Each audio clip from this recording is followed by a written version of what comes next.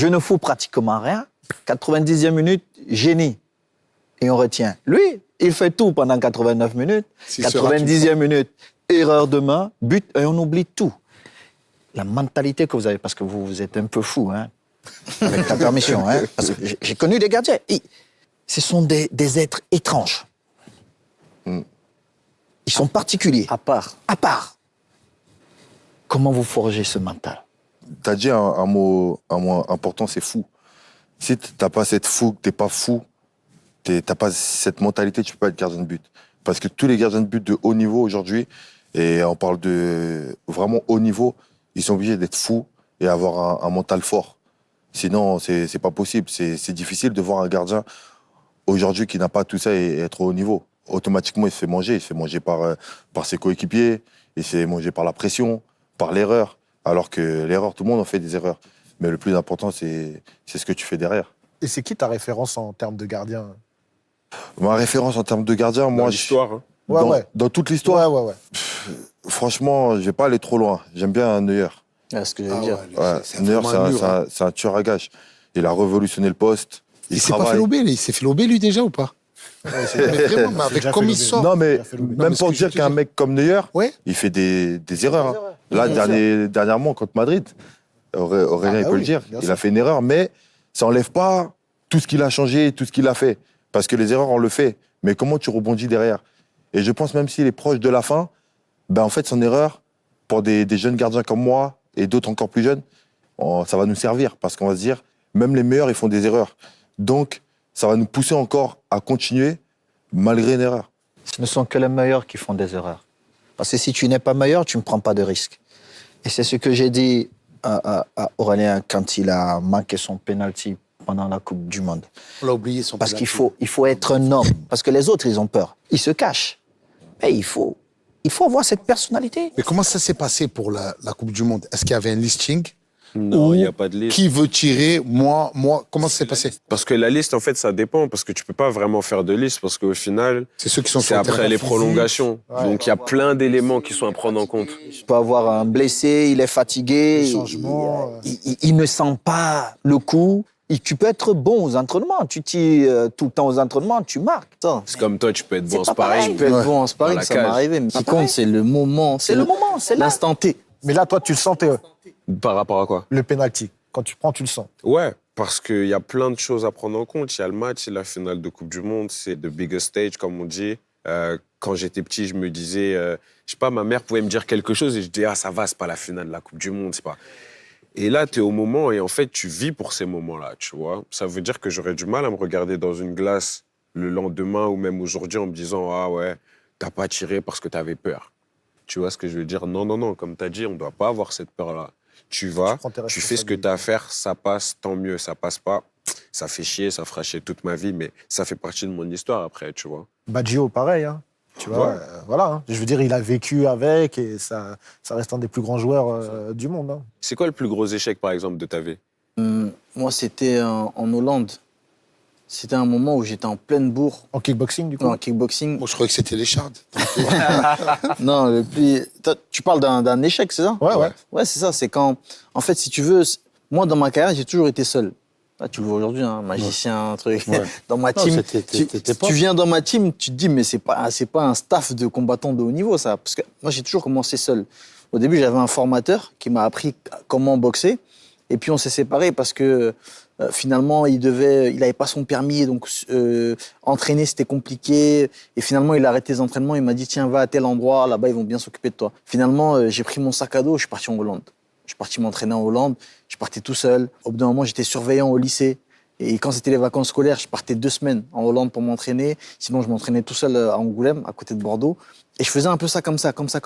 Et c'est comme ça que j'ai commencé, avec mon coach hollandais, à combattre à l'étranger, en Chine, en Australie. J'étais toujours tout seul. Et ce qui m'a toujours manqué, quand je voyais les autres clubs, il y avait toujours 3, 4, 5, 6 combattants dans un club. Et c'était une famille. Tu vois, ils partageaient la même passion, ils s'entraînaient ensemble, ils allaient courir ensemble. Moi, j'étais tout le temps seul. Tout le temps, j'allais courir seul. Je me souviens encore, tu parlais tout à l'heure de travail. Parce que les gens retiennent Samuel, la bouche, etc. Mais personne ne dit Samuel. C'est comme aujourd'hui, les gens font les éloges de Cristiano. Les gens disent que c'est un travailleur acharné. Mais ce que tu étais aussi, sûrement. Mais les gens retiennent pas forcément ça, peut-être parce que c'est pas ce que tu as montré, parce qu'on voyait que la partie émergée de l'iceberg. Moi, je me souviens, en hiver, il neigeait, j'étais sur la piste, en train de courir. Et je me disais, j'espère qu'un jour, je serai sur un plateau télé en train de raconter ça, et que les gens vont se dire, ah ouais, ce mec-là, il a taffé. J'étais seul sur la piste, il neigeait, et j'étais en train de courir. Ce que je déteste le plus, faire des tours de stade. Pourquoi ? Parce que je me disais, ça va payer. Moi, j'adorais ça. Tu vois, Quoi ? Je me tapais des kilomètres. J'étais un Mais athlète. t'as pas vu comment il courait sur le terrain, ça? Mais tu as parlé de le regret que moi j'ai eu. J'ai eu 2002 et 2010, 2 Coupes du Monde. La première, avec des expériences différentes. La première, j'étais beaucoup plus jeune. On arrive en France. Préparation, dernière semaine avant de rejoindre c'était Corée-Japon. Et on a des problèmes de primes. Et on décide à ce moment de ne pas voyager, d'arrêter les entraînements. Moi, je continue. Tu le regrettes pas aujourd'hui ? Et je regrette. Mais je ne pesais pas. J'étais le meilleur, mais j'étais le plus jeune. Donc, même avant de parler, je faisais ça. Tu vois ? Et je me dis, à ce moment-là, j'aurais pu dire aux aînés, on a quelque chose de beaucoup plus grand qui nous attend. Mais je te promets, on avait une équipe pour gagner la Coupe du Monde. Samuel. Mais rien.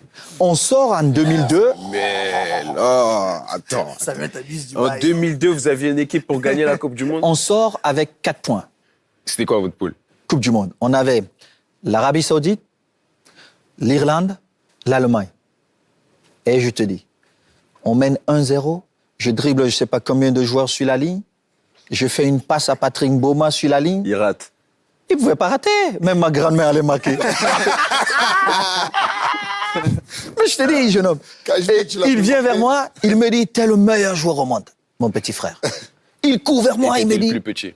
Oui, j'étais un gamin. Patrick, c'est magique. Il me dit, t'es le meilleur joueur au monde. On se fait rattraper au score. Arabie Saoudite, je marque, on gagne 1-0, on a 4 points. On joue l'Allemagne. On a au moins 6 occasions de but. Et t'as pas marqué. Face à Oliver Kahn, Oh là je là. joue avec le Perronnet, pété, tout le match. Et on sort de cette compétition. Mais on sort pourquoi ? Parce que physiquement, on était éprouvé. On a fait 72 heures pratiquement pour rejoindre le Japon. Tu comprends ? Et puis on a 2010. Tu pouvais gagner aussi 2010 ? On ne pouvait peut-être pas gagner, Voilà, mais on tu pouvait vois. jouer la demi-finale. Mais tu sais, quand tu es déjà en demi-finale, il y a beaucoup de déjà une choses qui peuvent victoire, se hein. passer. Mais là, tu parles de ça, Samuel, c'est pour faire évoluer les choses. Mais il y a aussi une vraie thématique qui est grave, au-delà des primes, des salaires, etc., dans le foot qui existe, c'est le racisme. Le racisme, ça est... Enfin, Mike, toi, tu l'as expérimenté aussi, Samuel aussi. Toi, Mike, tu as quitté le terrain. C'est comment tu as senti une solidarité autour de toi à ce moment-là où, En plus, Samuel, il avait dit qu'il fallait quitter bien le sûr, terrain. tu t'es battu plusieurs fois pour dire on arrête le match, il faut sortir. Toi, Mike, c'est ce que tu as fait. Moi, j'ai quitté le terrain parce que c'est bon, ça arrivait une fois. On a dénoncé, on a parlé avec l'arbitre, avec la fédération, soi-disant qu'il y a des choses qui devaient changer. Et j'ai vu que ça n'avait pas changé, donc j'ai quitté le terrain. J'ai marché, j'ai pris mes responsabilités. Après, j'ai une équipe qui était grave solidaire. Ils sont sortis avec moi, en espérant que ça change quelque chose. Mais jusqu'à aujourd'hui, on voit que ça change Non, pas ça a grand-chose. changé. Je te donne une bonne nouvelle. Aujourd'hui, tu as 3 supporters Espagnol. espagnols qui ont été condamnés à 8 mois de prison ferme. Cédric, t'as déjà expérimenté une histoire avec le racisme, par exemple, dans ton domaine ? Parce qu'on en entend moins parler, j'ai l'impression, que dans le foot ou Après, dans c'est d'autres peut-être sports pas un peu aussi Mais plus ils sont tous exposé. des blagues d'abord. J'en parlais tout à l'heure avec Redouane. Ça m'arrivait à Bercy. À Bercy, où je combattais un Hollandais qui était connu pour avoir un public assez quand même... je ne veux pas dire le public était raciste, hein, mais il y avait quand même des petits hooligans, tu vois. Ils étaient tous blancs, aux yeux bleus. Voilà. Et les seuls bruns, ils avaient une petite moustache comme ça. Là. Du coup, C'était Nicky Olsken. Et vous voyez, même si vous tapez le combat là sur Internet, vous allez voir, à un moment, je fais mon entrée, je danse, et ils sont tous là en train de me faire des doigts d'honneur. Il y a un petit groupe qui me fait les doigts d'honneur. Moi, je viens vers eux, et je danse, et je les nargue, et je retourne dans mon combat. Non, j'ai déjà subi même des insultes, où je suis à l'hôtel, ils passent, ça insulte et tout. Moi, en fait, si tu veux, le racisme, ça m'a toujours fasciné. Genre, j'ai toujours halluciné sur quelqu'un qui va venir devant toi, ou de loin t'insulter de sale noir, ou de singe, ou te faire des bruits de singe. Je me dis, mais c'est pas possible, en fait. Mentalement, t'es déficient. Ouais, je me dis, c'est incroyable quand même. Tu un vois, gros mensonge. Et c'est devenu tellement récurrent en plus. C'est Non, un mais le gros pire, c'est qu'ils mensonge. viennent même pas le faire en face. Hein. Et c'est un Dis-moi effet de comment foule. quelqu'un, un mec personne. normalement constitué, Peut pas. il achète son ticket pour aller voir un noir jouer et il fait des cris de singe. Je n'achète pas mon ticket. Je voulais même savoir auprès de vous tous comment, même Cédric, Mike, Redouane, le rapport que vous avez avec la célébrité et le fait que les gens vous regardent différemment.